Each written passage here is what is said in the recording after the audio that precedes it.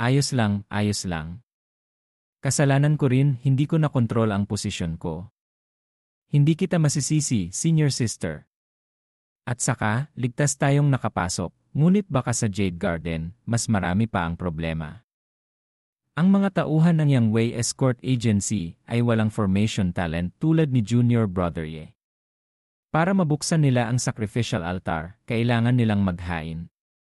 Kaya gagamitin nila ang pakikipagsapalaran para akitin ang lahat. Buti na lang at maswerte tayo kaya ganito ang nangyari. Hindi ko akalaing magpapadala sila ng Peak Martial Grandmaster na nagtatago ng kanyang martial Dao intent. Kung hindi ko inilabas ang lakas ng aking bloodline para sirain ang pressure, baka napatay na nila tayo. Kasalanan ko dahil sa akin kaya napahamak ang mga junior brother. Hindi ko akalaing makakaharap ko sila at hindi ko ring akalaing maglalakas loob silang gawin ito. Basta maipadala ko ang impormasyon tungkol sa background ng Elig, ayos lang kahit mamatay ako. Hindi nila tayo matutunton. Umalis na tayo, malapit na ang mga yon. Mayroon silang Peak Martial Grandmaster, isang Martial Master, at 10 martial artists. Kung maharap natin sila ulit, tiyak na hindi tayo mananalo. Mas mabuting maghanap na lang tayo ng lugar na mapagtataguan. Ang lugar na ito ay hindi mas mabuti kaysa sa labas. Kahit saan ay may ambush formations. Kung naglakas loob silang pumasok dito, baka manatili na sila rito magpakailanman. Gusto niyang patayin ang grupo ng mga tao na iyon, pati na rin ang Peak Martial Grandmaster. Ang gaan ng kanyang tono, sobrang confident niya. Tara, pumunta tayo sa kabilang panig. Junior Brother Ye, marami tayong pwedeng pagpilian, bakit kailangan pa nating dumaan sa rutang ito? At saka, bakit ka nagtatanim ng maraming martial sovereign coins sa daan? Anong binabalak mo? Ang rutang ito mismo ay isang malaking killer formation na kayang pumatay ng ordinaryong martial grandmaster. Dinagdagan ko lang ng kaunting lakas para masigurong mapapatay nito ang Peak Martial Grandmaster. Kayang pumatay ng Martial Grandmaster. Dapat ay nasa high-grade killer formation na yon. Paano mo nagawang dagdagan ang lakas ng formation sa grade na yon gamit lamang ang Martial Sovereign Coins? Sa daan papunta rito, wala akong nakuhang mga materyales sa paggawa ng formation, kaya gumamit na lang ako ng Martial Coins bilang pansamantalang pamalit. Pasensya na, senior sister, pinatawa kita. Kung nagawa mo ito gamit lamang ang Martial Sovereign Coins, hindi ko akalaing makakakilala ako ng isang pambihirang tao. Mababa pa ang iyong cultivation, ngunit ang iyong confidence ay nakakapanatag. Sa totoo lang, isa lang siyang third-grade martial warrior. Ang kanyang cultivation ay mas mababa kaysa sa akin. Ngunit hindi ko maiwasang magtiwala sa kanya. Nakakapagtakang gusto kong umasa sa kanya.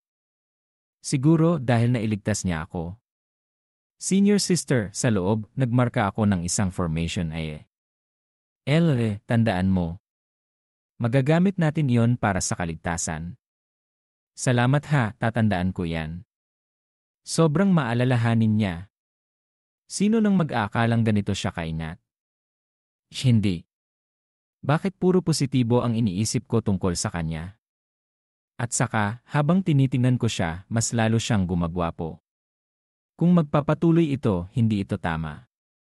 Siguradong mayroon din siyang mga pagkukulang Tama.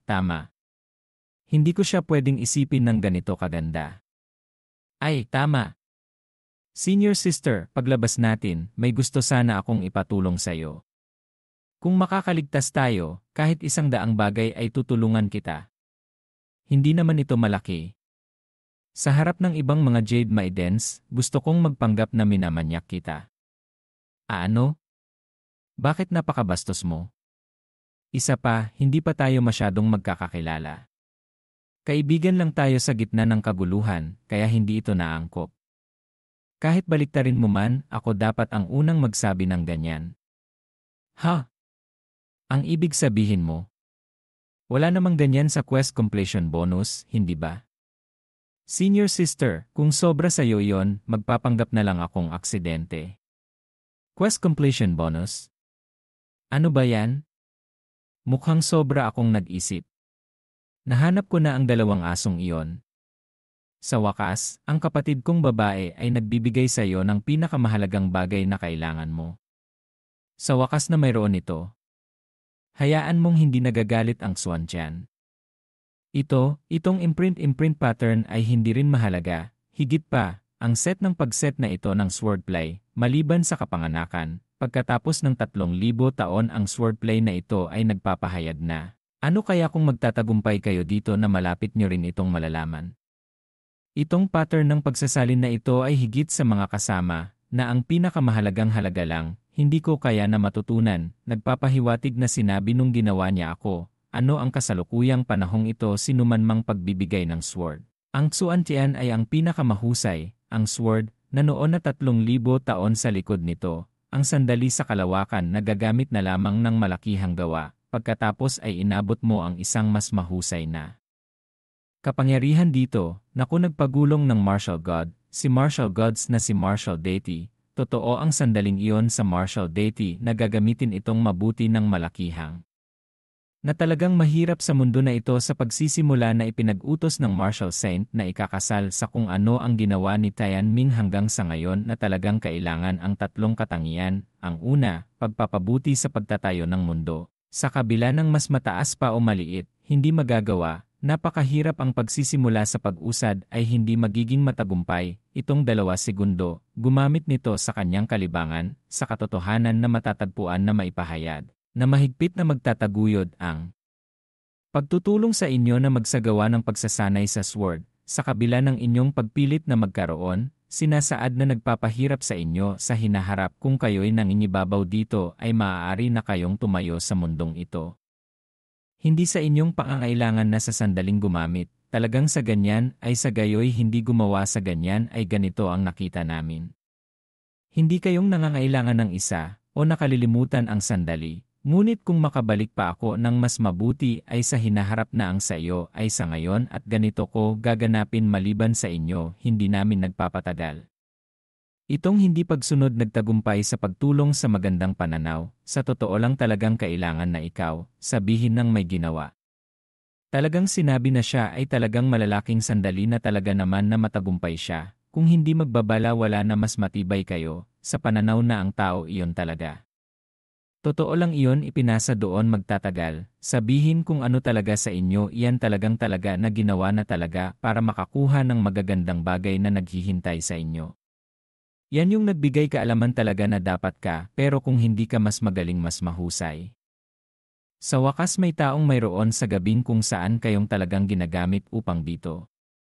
Talagang kinakailangan na ituturo kayo sa kanila sa inyong mga tanawin na talagang nag-iisa. Maniwala kayong kaya nyo yan sa pagkakakita nyo sa kanila. Hindi yan mga pinangyarihan ay hindi nagsasabuhay na nagmumula sa mga dating pangyayari. Totoong nagpahayag talaga ng matagal, sana'y nangyayari ang mas magaganda talaga na mayroong isang ganyan. Huwag kayong huwag.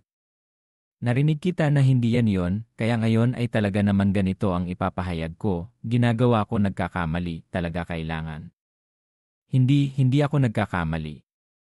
Sinabi niya kung gaano kadami, 300,000 katis. Sinasabi ko sa iyo, sino sa mga estudyante sa unang baitang ang maaaring tamaan ang palad na tulad niya? Ito ang puwersa na magkaroon ng isang martial artist. Diyos ko, ang lakas ng proteksyon na inukit sa matigas na kahoy ay talagang winasak, na nagpapakita na lumampas sa limitasyon ng martial artist. Palitan na natin ang kahoy na bloke. Diyan, maaalala ko ang lakas kung kailan nagtayo ako, hindi ko nakamit ang estado na ito, hindi ba? Ang galing ng batang ito.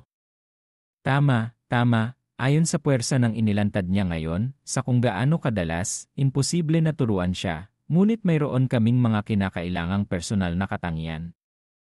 Ang pagkuha ng apprentice ay hindi maginhawa. Siguro, kailangan naming tawagan ulit ang batang babae na yon. Hindi ba siya nasa larangan ng digmaan? Gusto mo bang tawagin ang kanyang field?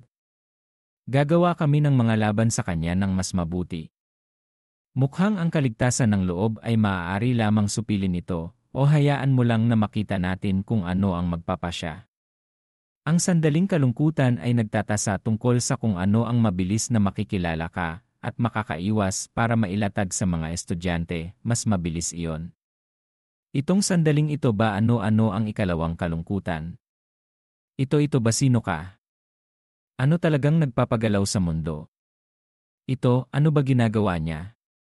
Pagkatotoo, nagpapasidhi doon sa kabuuan ng puwersa, talaga naman ang ganito sa magtatapos na mas masaya. Tiyak naman na may nakuha kayo, ano ngayon?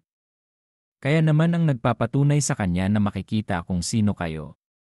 Masigabong may tagumpay kayo, talagang sa sandaling iyon. Ang ginagamit ko kung sinong talagang maging paninira talaga makikita nyo naman.